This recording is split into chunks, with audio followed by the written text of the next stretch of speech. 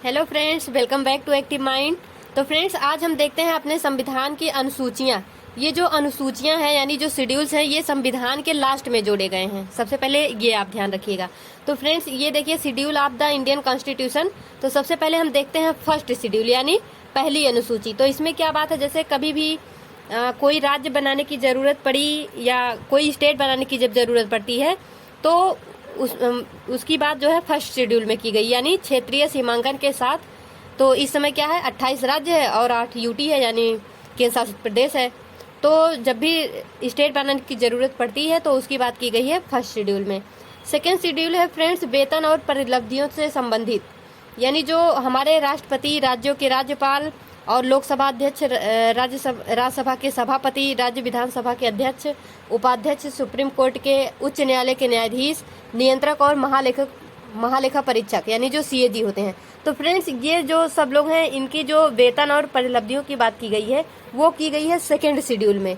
और फ्रेंड्स, आप ये सोचेंगे कि ऐसा क्यों किया गया कि इनके मतलब वेतन को जो है शेड्यूल में रखने की जरूरत पड़ी। तो फ्रेंड्स, ऐसा इसलिए किया गया ताकि इनको नुकसान पहुंचाने के उद्देश्य से कभी भी इनकी सैलरी को कम ना कर दे मतलब सरकार। तो इसीलिए इनकी मतलब सुरक्षा की जा सके और ये अपना काम निश्चिंत होकर कर सके, इसलिए ये इनके मतलब वेतन और परिलब्धियों की बात सेकेंड शेड्यूल में की गई है।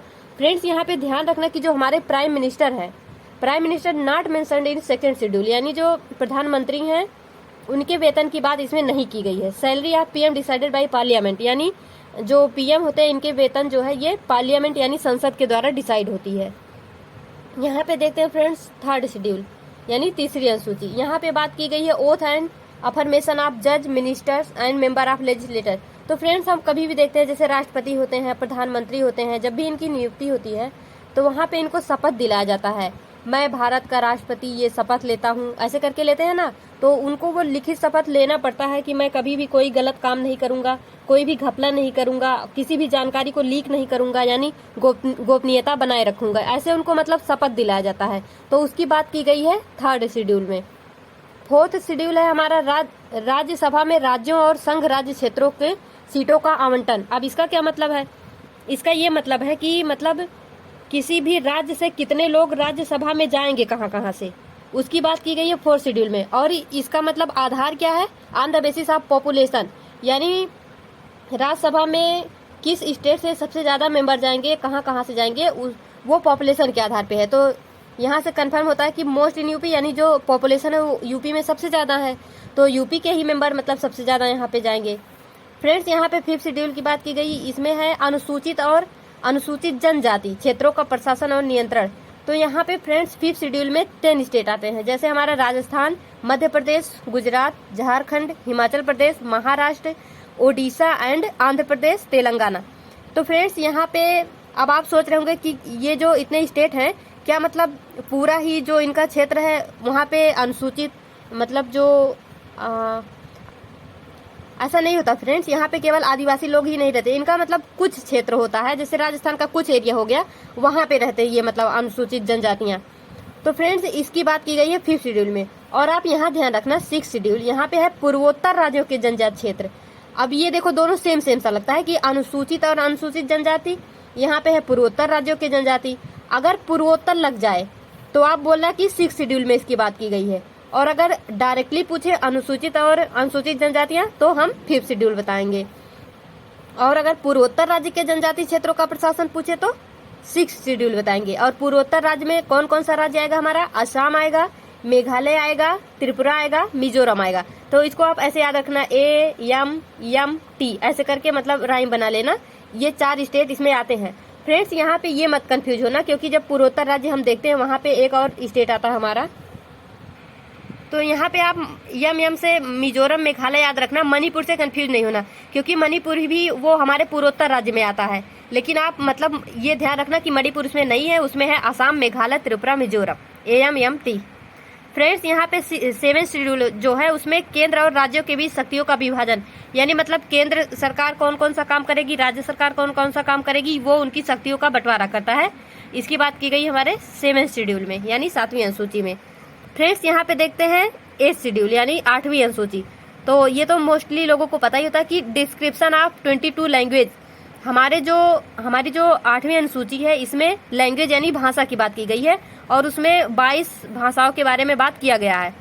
तो फ्रेंड्स याद रखना, ओरिजिनली यानी जो पहले थे वो उसमें मतलब 14 लैंग्वेज थे, लेकिन बाद में और भी लैंग्वेज जोड़ी गई हैं। तो आप ये 14 यहाँ तक ध्यान रखना। यहाँ पे है असमीज, बंगाली, गुजराती, हिंदी, कन्नड़, कश्मीरी, कोंकणी, मलयालम, मणिपुरी, मराठी, नेपाली, ओरिया, पंजाबी, संस्कृत। तो आप सोच रहे होंगे क्या इसको ध्यान रखना है, मतलब याद करना है? तो ऐसा नहीं है, आप बस इसका एक मतलब ओवरव्यू रखना कि इतना है।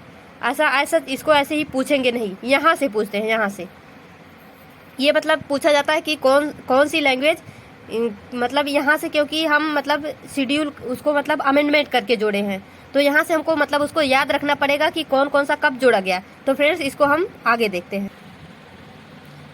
तो friends amendment in 8th schedule, तो 8वीं अनुसूची में कुछ अमेंडमेंट यानी संशोधन किया गया।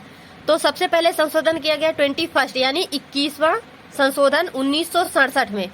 तो इसमें कौन सी लैंग्वेज जोड़ी गई? सिंधी। सिंधी को 14 तो हमारे ओरिजिनल थे लैंग्वेज और 15 के रूप में जोड़ा गया सिंधी को। और ये जोड़ा गया किसके तहत? 21वें अमेंडमेंट 1967, यानी अमेंडमेंट मीन्स होता है संशोधन, यानी उसमें बदलाव।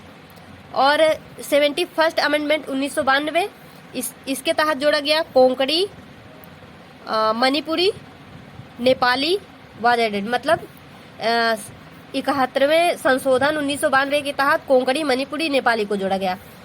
ये 92nd अमेंडमेंट 2003 यानी 92 संशोधन, इसके तहत जोड़ा गया बोडो, डोगरी, संथली, मैथिली। इसको फ्रेंड्स इसको आपको ध्यान रखना है कि कौन सा लैंग्वेज किसके तहत जोड़ा गया। तो आप ध्यान रखना, जो भी मतलब जब भी आपको ऑप्शन में आएगा तो 21 में केवल एक लैंग्वेज जोड़ा गया, वो है सिंधी। 71वां इसमें जोड़ा गया है 3 लैंग्वेज, वो है कोंकणी, मणिपुरी, नेपाली। आप ऐसे याद रखना, कोंकणी, मणिपुरी, नेपाली, KMN ऐसे याद रख लो, मतलब जैसे भी आपको याद रखना हो बस याद कर लेना। 92nd में है बोडो, डोंगरी, संथली, मैथिली। इसको ऐसे भी मतलब ये देखने में ही मतलब बोलने में भी अच्छा लगता है, बोडो, डोंगरी, संथली, मैथिली ऐसे करके याद रख लेना। और फ्रेंड्स यहाँ पे एक बदलाव किया गया 96, ये 2011 में किया गया कि ओरिया यानी जो लैंग्वेज थी ओरिया, उसको अब प्रोनाउंस किया जाएगा ओडिया। यानी पहले हम बोलते थे ओरिया, जैसे बोला जाता ना ओडिशा, लेकिन अब उसको क्या बोलेंगे? उड़ीसा। उसी तरह से मतलब ओरिया को आप बोलेंगे ओडिया, ओडिया। फ्रेंड्स यहाँ पे देखिए 9th शेड्यूल जो है, तो फ्रेंड्स 9th शेड्यूल से हम इसको मतलब नेक्स्ट वीडियो में देखेंगे, क्योंकि ये जो 10th शेड्यूल है इसमें मतलब काफी लंबा है, ये इसको समझाने में थोड़ा टाइम लगेगा। तो तब तक के लिए all the best friend, be happy, be positive.